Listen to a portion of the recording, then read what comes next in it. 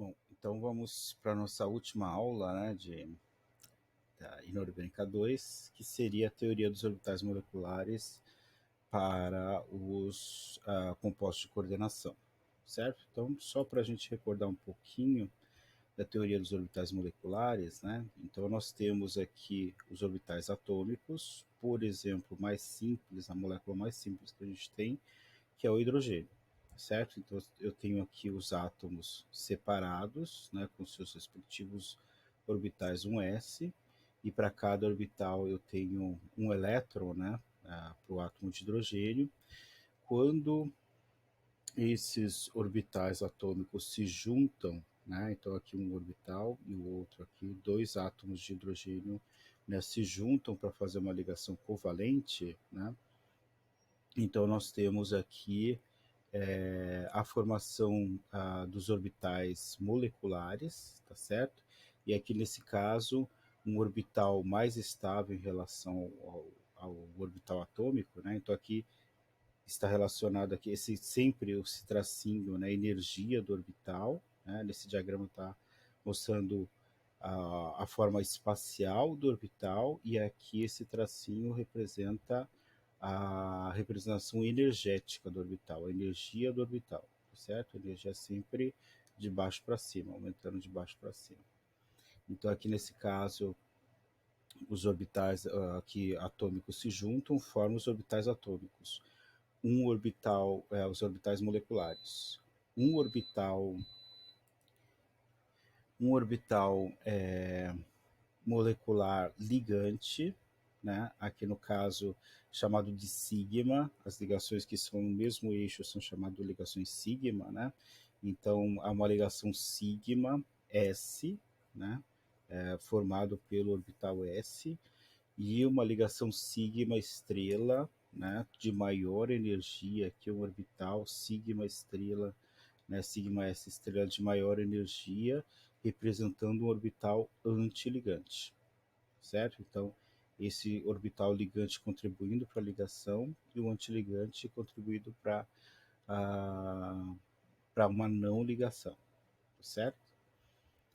Quanto mais elétrons a gente tiver em orbitais ligantes, né, maior será a ligação, a formação da ligação covalente, e quanto mais elétrons eu tiver em orbitais antiligantes, mais vai contribuir para a quebra da formação dessa ligação. Ok? Então aqui na teoria dos orbitais moleculares, né, a gente vai considerar que a ligação seja covalente. Na TeLe era covalente, no TCC a ligação era considerada iônica, né, uma interação eletrostática, ligação iônica, e agora na teoria dos orbitais moleculares, num primeiro momento, será considerada como uma ligação covalente, mas também vai inserir como chama? Na teoria dos orbitais moleculares, vai inserir as informações da teoria do campo cristalino, né? Então também vai aparecer as contribuições iônicas, né? Tanto iônicas quanto moleculares, né? A, atribuindo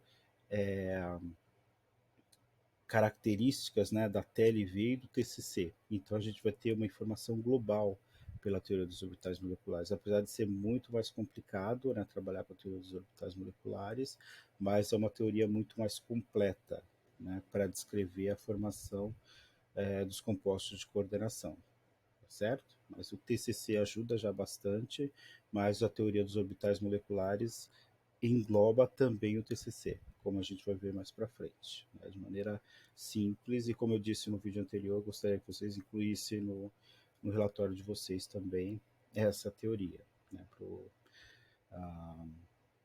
para os complexos de vocês, que vocês vão trabalhar. Aqui então, para orbitais aqui do tipo P, né, então PX estaria no mesmo eixo, né, eixo X aqui, formando também ligações sigmas, né? Então aqui no caso do orbital PX, né? Então ligação no mesmo eixo, e aí os orbitais P nós temos PX, PY e PZ, sendo que o PX está no mesmo eixo, né? Nesse eixo eles vão se encontrar e faz a ligação. Depois a gente tem PY, PZ e PY, tá certo? Que são orbitais paralelos. Então, primeiro para o PX, né? Nós temos aqui a formação também, né, se forem partir de dois orbitais atômicos, formarão dois orbitais moleculares, um ligante, onde aumenta a probabilidade de encontrar elétrons entre os átomos, auxiliando aqui na ligação covalente, né? Então aqui se eu tenho elétrons aqui no meio de núcleos positivos, esses núcleos serão atraídos aqui por essa formação dessa nuvem eletrônica entre os núcleos positivos, certo? E o orbital antiligante, né, que vai contribuir para a quebra dessa ligação. Então, eu zero aqui a probabilidade de encontrar o elétron no meio aqui entre os núcleos positivos. Então, se eu não tenho elétron, diminuo a probabilidade de encontrar elétrons entre esses núcleos.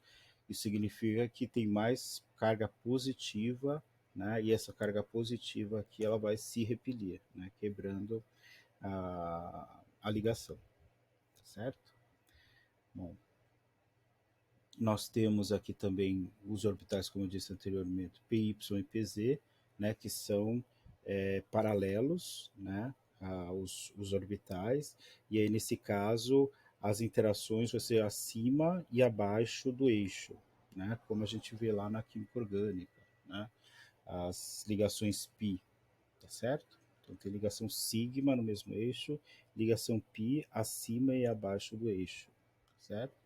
Então, nesse caso, nós temos os orbitais PY e PZ, né? E aí eles vão interagir aqui para a formação também de orbitais ligantes, pi ligantes, né? Então, aqui πy e πz, né, ligantes, né, terão a mesma energia, e aqui no caso, πy e πz antiligante, né, terão também as mesmas energias, tá certo?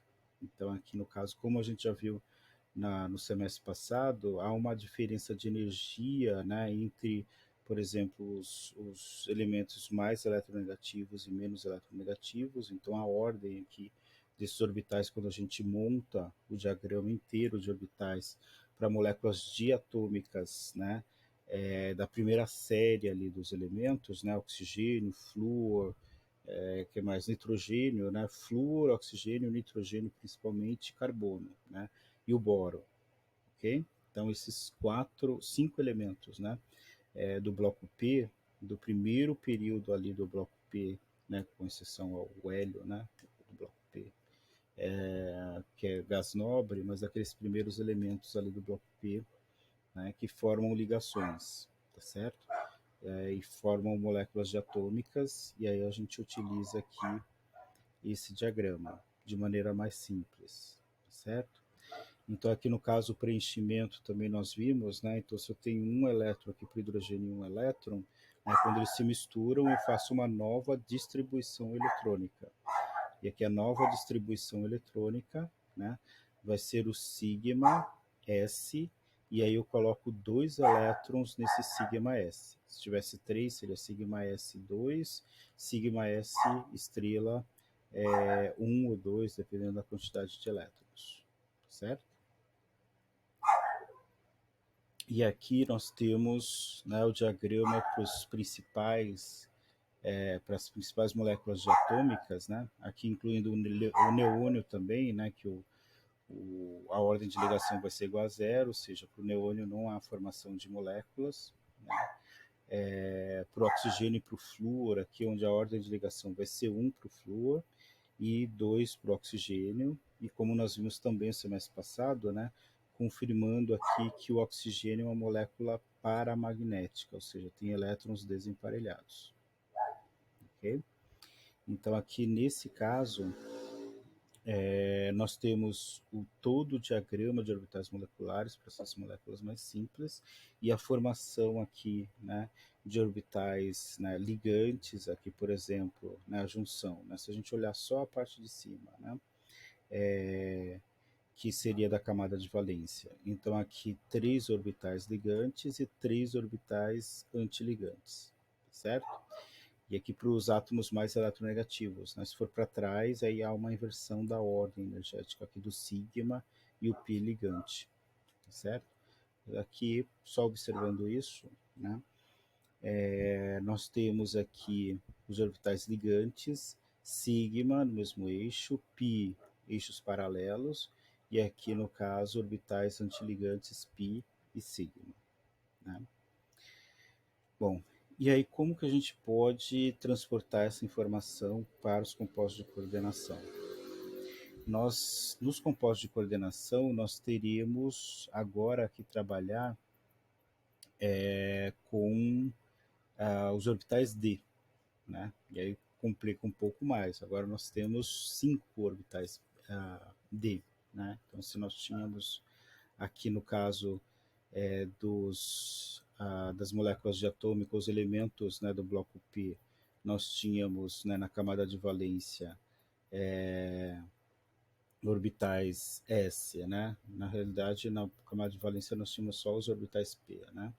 E aí nós tínhamos Px, Py e Pz, 3 orbitais, né?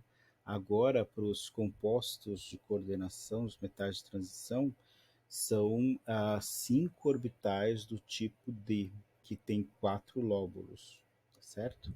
E aí, nesse caso, nós vamos ver aqui a formação dos orbitais aqui, a sobreposição dos orbitais com os orbitais aqui dos ligantes, tá certo?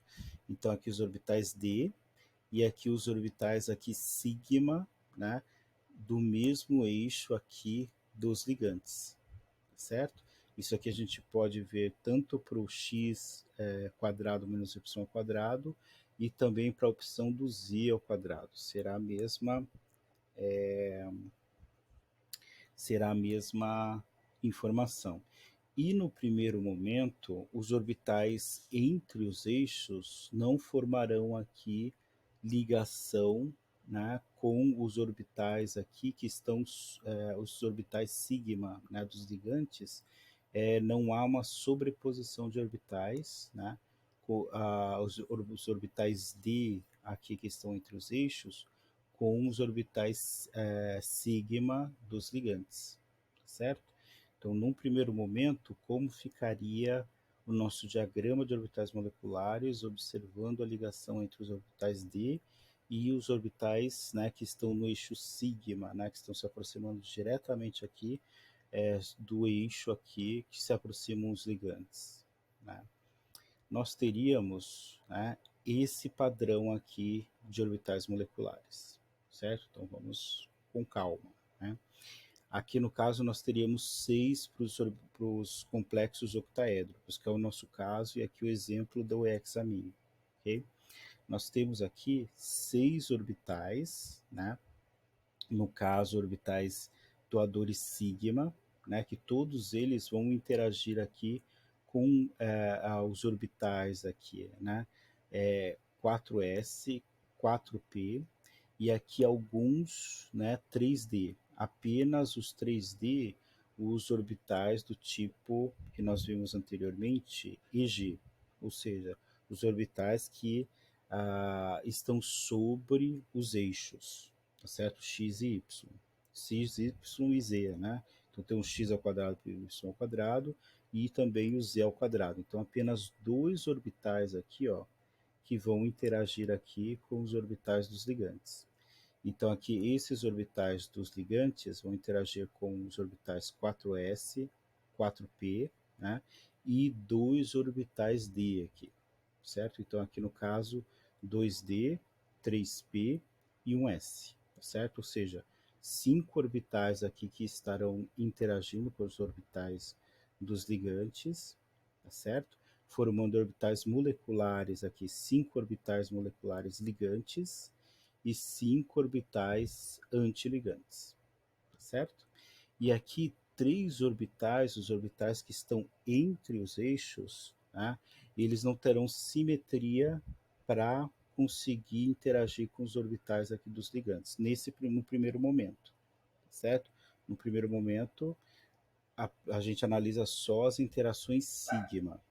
E aí, para as interações sigma, os orbitais do tipo, né, XY, ZY e ZX, né, esses 3 orbitais seriam orbitais não ligantes. Então, como eu disse antes, né, ia ter uma terceira classe de orbitais, né, No semestre passado a gente viu só os ligantes e antiligantes, agora a gente tem os orbitais não ligantes, num primeiro momento, depois eles vão se ligar, tá certo?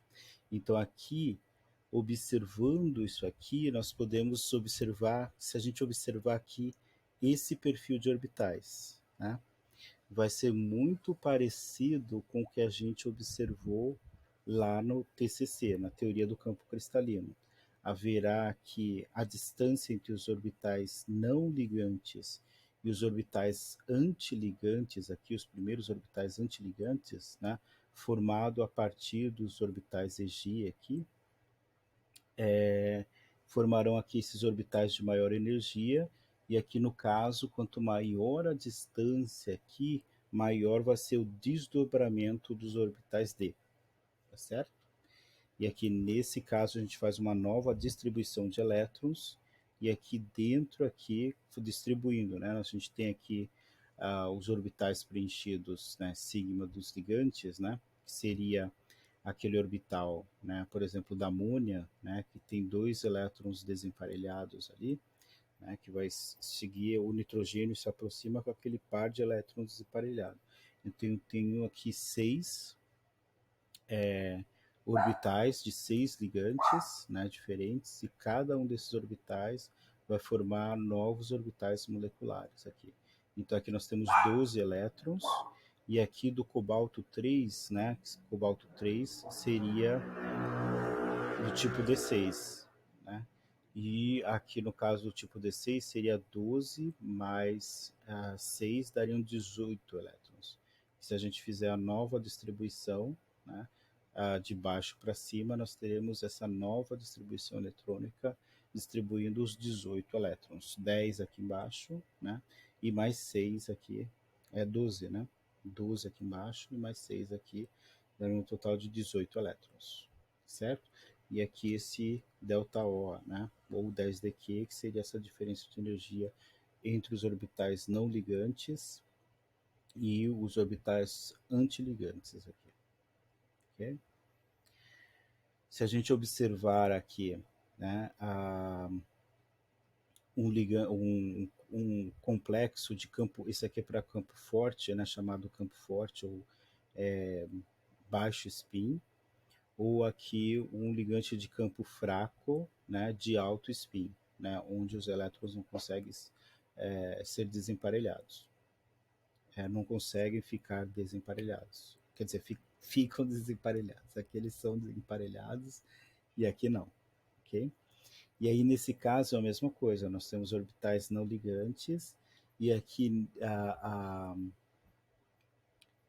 essa energia aqui é muito, essa aqui vai estar muito mais próximo, né? Então o desdobramento aqui, ele vai ser menor aqui desses 4 orbitais aqui, e aqui nesse caso a distância vai ser menor, então o desdobramento ah, do campo cristalino ali, como a gente viu no TCC, vai ser menor, tá certo? Então essa aqui seria o diagrama para um ligante de campo fraco, né? E aí os elétrons, e o spin alto, e os elétrons ficariam desemparelhados, certo? Bom, só que a gente pode complicar um pouquinho mais. Então, isso aqui eu quero que vocês coloquem no relatório de vocês. A partir dos dados do espectro, né? Se vocês, considerando o valor, né, do máximo de absorção do espectro de absorção e considerando aquele dado da energia de emparelhamento do elétron, eu gostaria de vocês propulsem uma hipótese aqui se é ligante de campo forte ou de campo fraco, tá certo? E aí a distribuição vai ser diferente aqui dos orbitais. Se for de campo forte, vai ser essa situação, e aqui ele já está dizendo que essa minha é essa situação.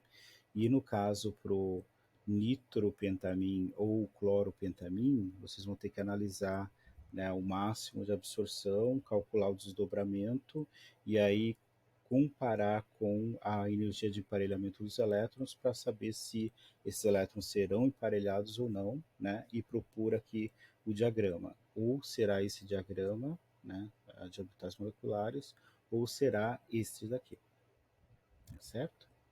Bom, mas como eu disse, dá para a gente complicar um pouquinho mais. E aí, o que acontece? num primeiro momento, se a gente considerar só as ligações sigma, né, no mesmo eixo, né, é, não haverá sobreposição dos orbitais e os orbitais que estão entre os eixos não farão interação com os orbitais a sigma. Mas se o ligante tiver orbitais π aqui, aí no caso, né, se tiver aqui π, né, sobre abaixo do eixo, orbitais π aqui paralelos ao metal, né, a interação será possível entre os orbitais aqui entre os eixos e os orbitais π, né, os orbitais p, né, que podem fazer ligação π com os orbitais dos ligantes não, do metal, tá certo? Orbitais p do ligante com os orbitais entre os eixos do metal. E aí haverá uma interação e esses orbitais que não são ligantes, são não ligantes, eles podem se ligar com os orbitais p do ligante, tá certo? Então aqui, por exemplo, aqui os orbitais entre os eixos, e se o ligante tiver orbitais π aqui, né, acima e abaixo do eixo, haverá uma interação entre esses orbitais. Então, aqueles não ligantes aqui, né, então lá tem todo o diagrama, aquele não ligante, ele poderá fazer uma ligação aqui, formando novos orbitais ligante e antiligante do tipo T2G. Então, no primeiro momento, o T2G é não ligante, né? Mas se a gente considerar um ligante que tenha orbitais π, né, orbitais p, né, disponíveis para fazer a ligação, ele pode fazer aqui novos orbitais moleculares, né, do tipo T2G ligante e antiligantes, certo? Então aqui no caso orbitais ligante e antiligante é diferente do ligante, que é o conceito dos compostos de coordenação. Ligante é aquela molécula que tem um par de elétrons que vai se aproximar do metal, ok? Então, aqui, por isso que tem tantos nomes, né? Porque se a gente tivesse um outro nome para ligante, não confundiria com a orbital ligante e antiligante. Mas por enquanto a gente deixa assim, né? Então aqui no caso, é, ligantes do tipo T ali, né? No caso, é, eu acho que mais especificamente ligante do tipo pi doador, né? Acho que saiu errado.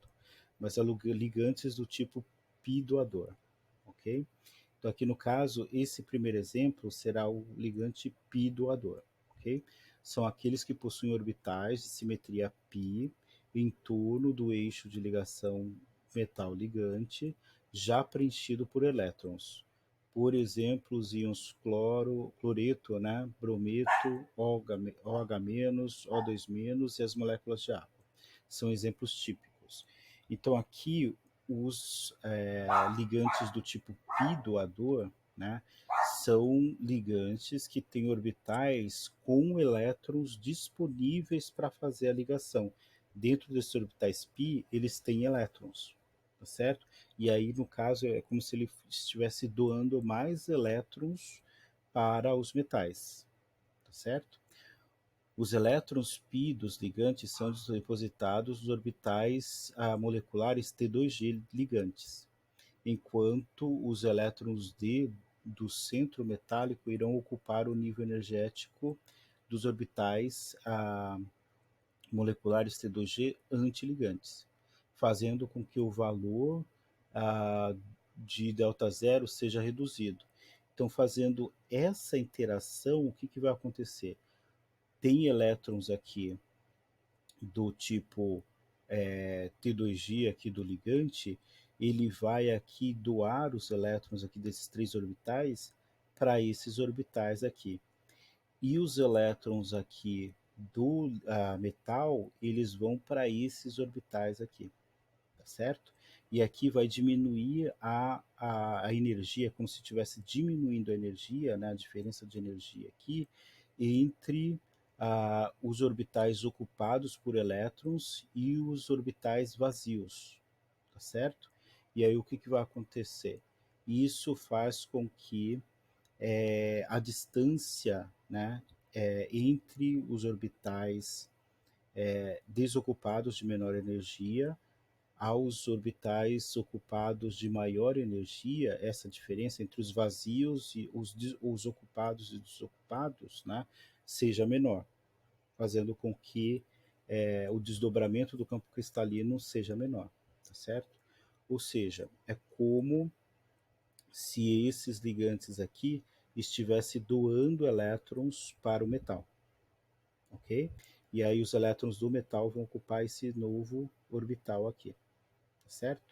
Isso acontece geralmente com ligantes do campo fraco. Então aqui a gente pode observar por que, que eles desdobram mais ou menos, né? É uma explicação, né, na teoria dos orbitais moleculares, ou seja, os orbitais aqui ocupados vão se aproximar mais dos orbitais desocupados e essa distância energética aqui será menor. E por isso que esses orbitais são chamados orbitais ligantes, né? Por isso que esses ligantes são chamados ligantes de campo fraco, porque o desdobramento aqui será pequeno, tá certo? Elétrons aqui do ligante vão ocupar aqui o orbital molecular, elétrons do metal vão ocupar esse orbital aqui, e a distância aqui será menor entre o que a gente chama de HOMO e LUMO, né?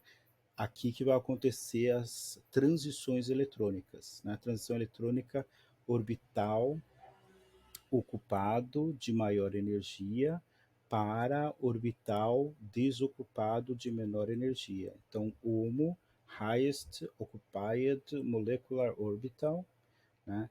E aqui no caso o LUMO, né, chamado HOMO-LUMO, né? LUMO, Lowest Unoccupied Molecular Orbital, né? Então, orbitais moleculares ocupados de maior energia e orbitais moleculares desocupados de menor energia, certo? Aqui que vai acontecer a transição eletrônica, ok? Então, de maneira geral, os orbitais, os ligantes que esses ligantes de campo frático são ligantes pi-doadores, né? E aí nesse caso vai promover um desdobramento do campo cristalino menor, ok? Outra consequência disso, eu acho que não vai estar aqui, então por isso que eu vou falar agora, deixa eu ver, não está aqui, mas uma consequência disso, o que que é? Geralmente esses ligantes de campo fraco vai ter afinidade por metais que tenham um número de oxidação muito alto, tá certo? Por quê?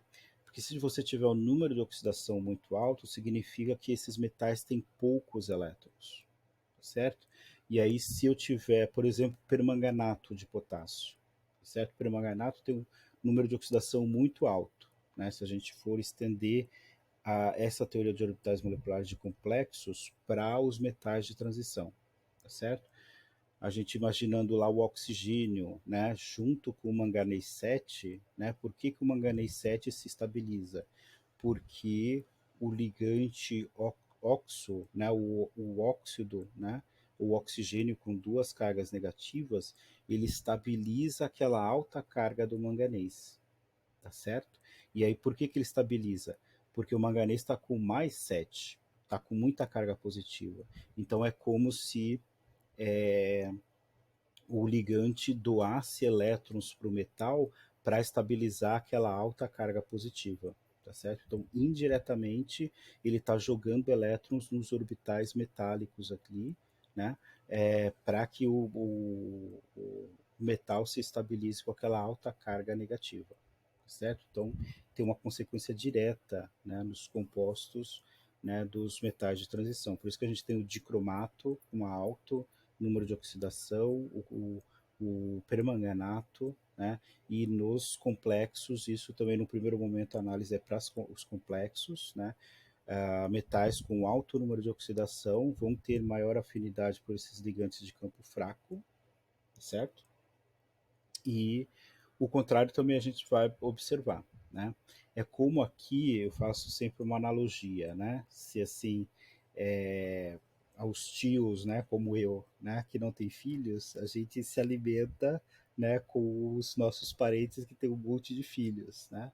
Então, para quem não tem filhos ou tem poucos filhos, né, aí gosta de criança, né? Então que venham os elétrons para a gente que não tem problema.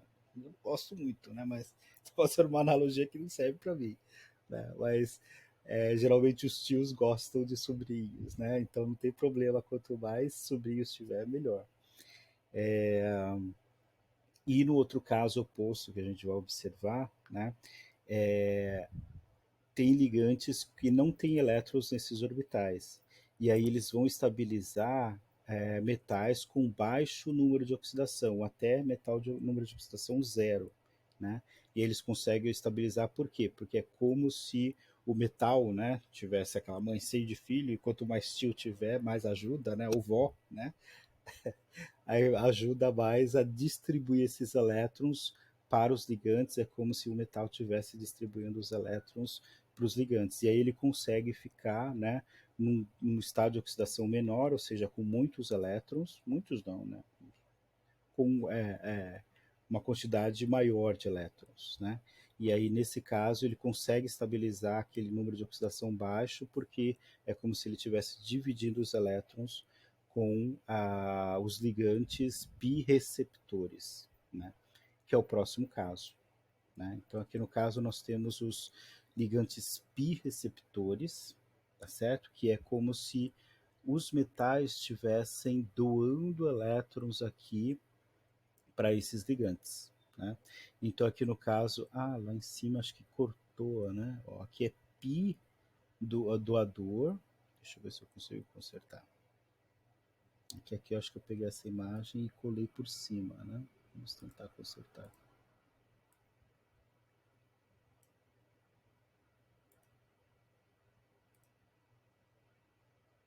Agora foi.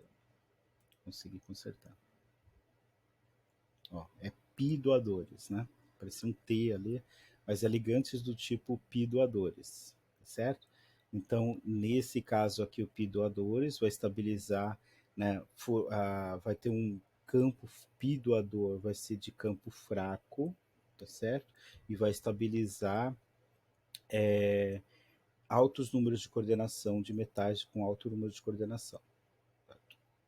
Estabilizar metais com alto número de oxidação, certo? Não é número de coordenação, número de oxidação, certo? Ou seja, tem deficiência de elétrons, é como se os ligantes doassem elétrons para estabilizar, né, aquele metal com baixa quantidade de elétrons, tá certo? Ou seja, alto número de oxidação. No caso dos pi receptores, vamos consertar aqui também. Acho que se eu arrastar isso aqui para cá, e aí dá certo. Isso, agora foi. Também dá certo. Então, aqui no caso, os ligantes pi receptores, né? O que nós temos? Geralmente, esses orbitais, né, vazios do tipo P, né, que podem interagir com os orbitais do metal que estão entre os eixos, né, formando ligação π aqui, né, que estão acima e abaixo do eixo. Então aqui, ó, nesse eixo aqui está fazendo a ligação sigma, abaixo e acima estão fazendo as ligações π, tá certo? Geralmente esses orbitais têm uma maior energia aqui em relação aos orbitais aqui entre os eixos, certo? Então vai haver uma interação também por simetria, tá certo? E formarão orbitais ligante e antiligantes. Só que aqui os antiligantes têm uma maior energia aqui, tá certo? E os ligantes vai ter uma menor energia em relação aos orbitais EG, que estão sobre os eixos, tá certo? E aí nesse caso, ó, diferente desse aqui, né, que a interação é aqui abaixo, então esses daqui que contêm elétrons, né, preenchidos têm uma menor energia, os dois orbitais ligante e antiligante estão abaixo do EG, né? Nesse caso aqui, né, como tem uma maior energia esses orbitais desocupados, eles vão estar aqui de maior energia, vai haver interação e as energias T2G ligante e antiligante vai estar abaixo e acima dos orbitais antiligantes do tipo EG, tá certo? E aí o que vai acontecer? como esses orbitais estão desocupados, né, então ele vai fornecer aqui, formar orbitais ligantes, e os elétrons aqui que estavam no T2G vão para esses orbitais formados aqui é, dos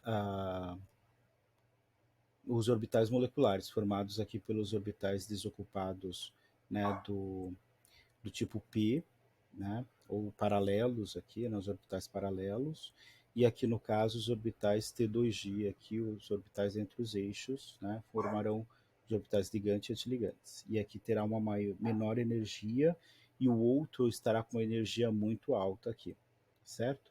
E aqui o que, que vai acontecer? É como se no outro caso, né, os elétrons estavam participando aqui, mas aqui nesse caso aqui, esses orbitais não têm elétrons, e aí os elétrons aqui do metal vai para esse orbital aqui, tá certo? E é como se os elétrons do metal está sendo aqui compartilhados com o ligante. É como se esse ligante estivesse recebendo esses elétrons. Por isso que são chamados de pi receptores, certo? Então aqui esses tipos de ligantes do pi receptores são aqueles que possuem orbitais de simetria pi em torno do eixo de ligação metal-ligante, vazios, né? Então eles entram com os orbitais vazios, e aí os elétrons do metal vão ser inseridos nesses orbitais, transferindo os elétrons como se indiretamente dividisse esses elétrons com o ligante. Dessa forma, podem receber elétrons provenientes do metal. Compostos tais como monóxido de carbono, que é dito um ligante de campo forte, né? Cianeto, N2, os ligantes com enxofre e com fósforo são exemplos típicos desses ligantes. E aí esse tipo de ligante, né, a distância entre os orbitais T2G e o EG vai ser muito maior do que o exemplo anterior, né, do pi doador. No caso dos ligantes pi receptores, essa diferença energética vai aumentar, tá certo? E aqui a gente consegue demonstrar, né, por que há um desdobramento maior para esse tipo de ligante, chamados ligantes de campo forte, certo? Como os orbitais moleculares, né, T2G antiligante, né, estrela, possuem energia elevada, né, maior caráter de ligante, são os orbitais T2G que irão acomodar os elétrons oriundos do metal, maior caráter metálico. Neste caso, o valor do ΔO será então acrescido, ou seja, se a distância entre os orbitais HOMO e LUMO, né, distância onde acontecem as transições eletrônicas, será maior. E aí, nesse caso, um ligante de campo forte, tá certo? E aí esse tipo de ligante vai estabilizar aqui números de oxidação, né, menores, ou seja, metais com mais elétrons, né, e até metais no estado de oxidação zero, né? Por exemplo, esqueci agora, ferro zero, né, cobalto zero e outros metais, a gente consegue formar complexos, né, onde os metais podem ter aqui número de oxidação zero, complexos com número de oxidação zero, que é bastante frequente. Complexos de monóxido de carbono, que é o ligante mais forte, estabiliza número de oxidação baixo e até número de oxidação igual a zero. Ok? E aí, nesse caso, ligantes do tipo pi receptores, né? São ligantes de campo forte, por causa dessa análise, há um aumento, né, do desdobramento cristalino, e também vão estabilizar número de oxidações menores, metais com número de oxidação menor, tá certo? Ou número de oxidação baixo, ok? Então é isso, né? E aqui a gente já acabou, chegou ao final das nossas transparências. Então esse aqui foi o nosso auge, né, da teoria para as ligações, teorias de ligações para os compostos de coordenação. Espero que tenham gostado, né? É difícil, Mas é muito legal, pelo menos eu acho legal, né?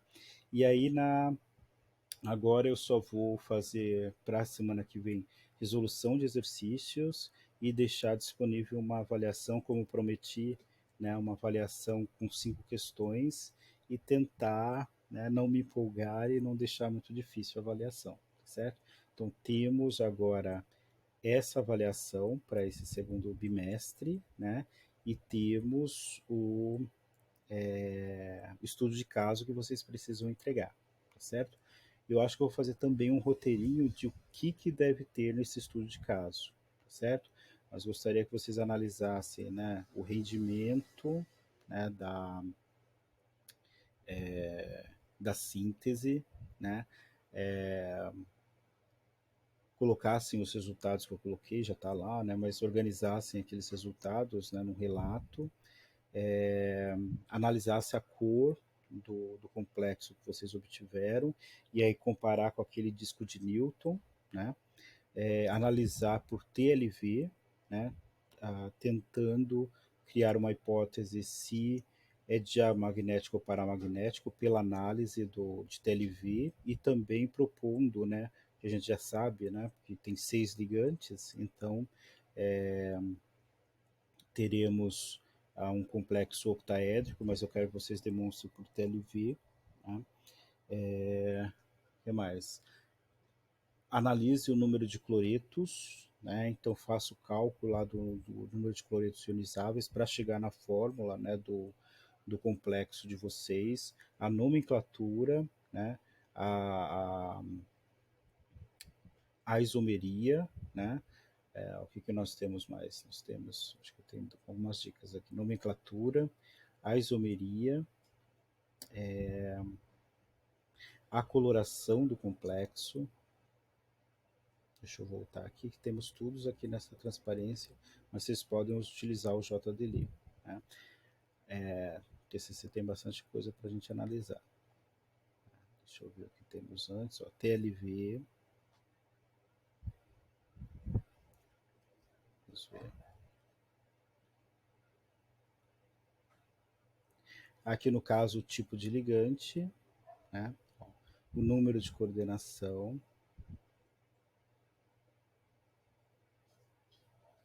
Então, todas essas informações vocês podem colocar para o complexo de vocês. Né? E depois eu vou fazer um roteirinho também, né, escrito, que fica mais fácil. Análise por TLV, né, dos, mostrando, a gente já tem um exemplo, acho que do Examine aqui, então pode usar o mesmo exemplo. E aí, no caso, a gente vai ter uma confirmação se é do campo forte ou campo fraco quando vocês analisarem o espectro de absorção, analisar por TCC, calcular a energia de estabilização do campo cristalino, né? O desdobramento aqui, né, do campo cristalino, a energia de estabilização do campo cristalino também, né? Então ΔO e o ICC, calcular os dois, né, pelos dados do espectro, fazer a análise da cor, né? E aqui comparando pela coloração violeta, então vai estar nessa faixa aqui, e aí vocês confirmam com o espectro de absorção. Então o violeta está aqui, então vai estar, se ele está emitindo, refletindo essa coloração, significa que ele está absorvendo nessa região, certo?